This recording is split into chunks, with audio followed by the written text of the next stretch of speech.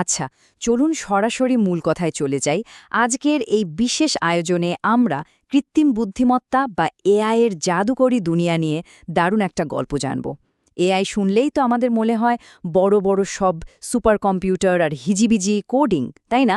কিন্তু আজ ব্যাপারটা আমরা একদম অন্যভাবে দেখব। ছোট্ট একটা মেয়ে, তার নিজের রোবট আর এআই আসলে কিভাবে কাজ করে তা নিয়েই সাজানো হয়েছে আমাদের আজকের এই দারুণ ভিজুয়াল এক্সপ্লেনার। তো চলুন গল্পটা শুরু করা যাক। পরিচয় করিয়ে দিচ্ছি ছোট্ট কৌতূহলী মেয়ে মেধা আর তার দারুণ এক রোবট বন্ধু বিটুর সাথে। বিটুর ওই নীল রঙের উজ্জ্বল চোখ দুটো বেশ চমৎকার, তাই না? একবার দৃশ্যটার কথা ভাবা যাক। মেধা বিছানায় শুয়ে আছে, ঘরের জানালার বাইরে চাঁদের আলো, আর ঠিক ঘুমানোর আগে মেধার বাবার ট্যাবলেট থেকে জাদুকরীভাবে পপ আপ করে বেরিয়ে এলো বিটু। হাত নেড়ে সে মেধাকে হ্যালো বলছে। এই দৃশ্যটা কিন্তু আমাদের বুঝিয়ে দেয় যে প্রযুক্তি এখন আর শুধু ল্যাবরেটরিতে বন্দী নেই, এটা এখন আমাদের ঘরোয়া পরিবেশের দৈনন্দিন জীবনেরই একটা অবিচ্ছেদ্য অংশ হয়ে গেছে। তো গল্পটা শুরু হলো এমন একটা দিনে যখন মেধা মেঝেতে বসে ট্যাবলেটে নানান প্রাণীর ছবি দেখছিল। বইয়ের ভাষায় বলতে গেলে খুব বেশি দিন আগের কথা নয়।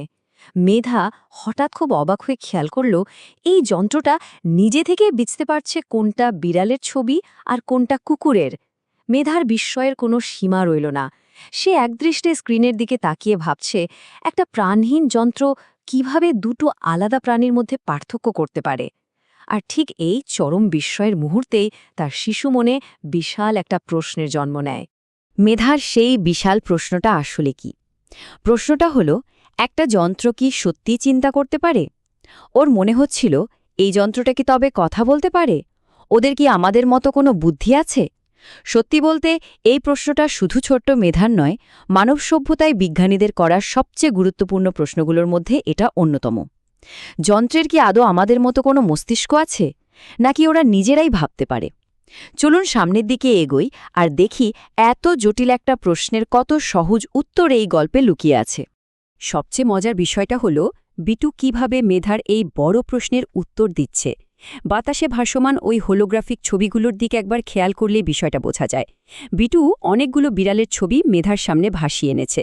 সে মেধাকে বোঝাচ্ছে যে মানুষের মতো তার ভেতরে কোনো রক্তমাংসের মস্তিষ্ক নেই ঠিকই, কিন্তু সে একটা বিশেষ প্রক্রিয়ার মাধ্যমে শিখতে পারে। সে প্রতিটি ছবি খুব মনোযোগ দিয়ে আলাদা আলাদা স্ক্যান করে বোঝার চেষ্টা করে। মানে যন্ত্রের চিন্তা করার ধরন মানুষের চেয়ে একেবারে আলাদা হলেও ব্যাপারটা কিন্তু ভীষণ কাজের। আর এই যে বিশেষ শেখার প্রক্রিয়া, এটারই গালভরা নাম হল মেশিন লার্নিং। খুব সহজ কথায় বলতে গেলে মেশিন লার্নিং হলো এমন একটা পদ্ধতি যার মাধ্যমে কম্পিউটার প্রচুর পরিমাণ ডেটা বা তথ্য বিশ্লেষণ করে কোনো কিছুর ধরন বা প্যাটার্ন চিনতে শেখে। বিটুর ঠিক এই কাজটাই করছে। সে শত শত বিড়ালের ছবি, যাকে আমরা প্রযুক্তির ভাষায় বলছি ডেটা, সেগুলো ঘেঁটে শিখছে যে বিড়াল আসলে দেখতে কেমন হয়। এই যেমন ধরুন বিড়ালের খাড়া কান, তীক্ষ্ণ চোখ বা সুন্দর গোফগুলো। যখন সেই প্যাটার্নগুলো ধরে ফেলে তখন নতুন কোনো ছবি দেখলেই সে চট করে বলে দিতে পারে ওটা বিড়াল নাকি অন্য কোনো প্রাণী। তবে শেখার পথ তো আর সবসময় মসৃণ হয় না। হঠাৎ বিটু একটা মিষ্টি বাদামি রঙের কুকুরকে দেখে ভুল করে অন্য কিছু ভেবে বসল, আর সাথে সাথে একটা লাল ক্রস চিহ্ন দেখা দিল।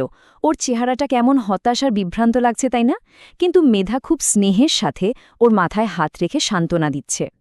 এখান থেকে দারুণ একটা জিনিস শেখার আছে। মেশিন বা এআই শুরুতেই সবকিছু একদম নিখুঁতভাবে করতে পারে না। নতুন কিছু শেখার সময় ভুল হওয়াটা খুব স্বাভাবিক। আর সত্যি বলতে এই ভুলগুলো ঘটার মাধ্যমেই কিন্তু আসল শিক্ষাটা অর্জিত হয়। তাহলে সবচেয়ে গুরুত্বপূর্ণ পয়েন্টটি হল এই ট্রায়াল অ্যান্ড এরর বা চেষ্টা ও ভুলের প্রক্রিয়া, যা মেশিন লার্নিংয়ের মূল ভিত্তি। শেখার ধাপগুলো একবার খেয়াল করলেই ব্যাপারটা পরিষ্কার হবে। প্রথমে এআই কোনো তথ্য দেখে একটা অনুমান করার চেষ্টা করে। দ্বিতীয়ত, যদি অনুমানটা ভুল হয় সে ওই ভুলটা খুঁজে বের করে। আর সবশেষে নতুন সঠিক তথ্য দিয়ে নিজেকে আপডেট করে নেয়, মানে শুধরে নেয়। কৃত্রিম বুদ্ধিমত্তার আসলে এই ভুলগুলো করার দরকার আছে, যাতে মানুষ সেগুলো ধরিয়ে দিতে পারে। এভাবেই প্রতিটা ভুলের পর রোবট বা এআই তার ভিতরের হিসাব নিকাশগুলো বদলে নেয় আর আগের চেয়ে আরও অনেক বেশি স্মার্ট হয়ে ওঠে। ভুল থেকে তো শিক্ষা নেওয়া হলো। এবার চলুন দেখি এআই কি অসাধারণ সব কাজ করতে পারে। বিটুর এই নতুন কিছু শেখার ক্ষমতা তাকে ভীষণ সৃজনশীল করে তুলেছে। বাতাসে ভাসমান ওই উজ্জ্বল জাদুকরী মিউজিক্যাল নোট বা সুরগুলোর দিকে তাকালেই সেটা বেশ বোঝা যায়। আর সেই সুরেলা জাদুকরী মিউজিকের তালে মেধা তো একদম 2 হাত তুলে চরম আনন্দে নাচছে।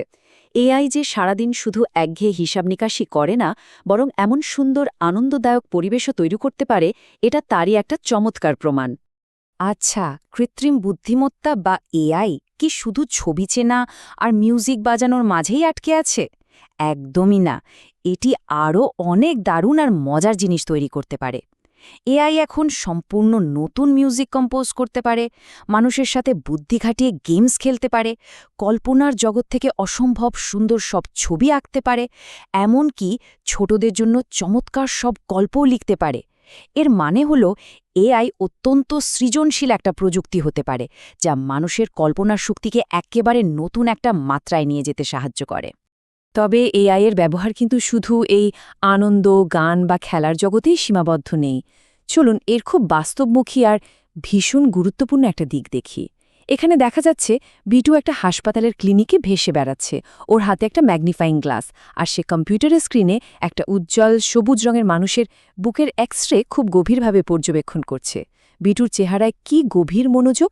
এটা হলো এআই এর সম্পূর্ণ ভিন্ন একটা রূপ, যেখানে সে মানুষের জীবন বাঁচাতে চিকিৎসা বিজ্ঞানের সরাসরি সাহায্য করছে।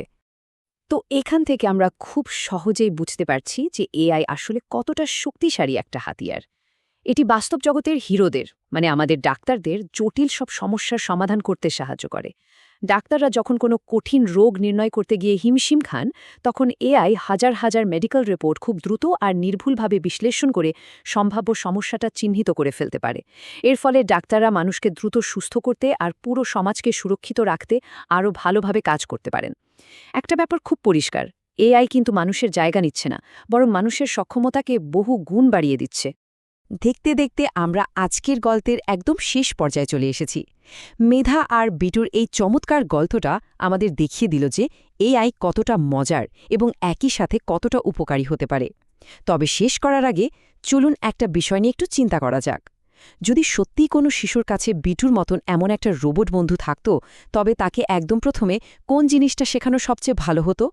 তাকে কি কোনো ভাষা শেখানো উচিত, নাকি ছবি আঁকা, নাকি মানুষের প্রতি সহানুভূতিশীল হওয়া? এই প্রশ্নটা ভবিষ্যৎ প্রযুক্তি আর কৃত্রিম বুদ্ধিমত্তার বিশাল জগৎ সম্পর্কে আমাদের সবাইকে গভীরভাবে ভাবিয়ে তোলে এবং কৌতূহলী করে। আজকের মতো আমাদের এই এক্সপ্লেনারটি এখানে শেষ করছি। আশা করি নতুন কোনো বিষয় নিয়ে খুব শিগগিরই আবারও কথা হবে।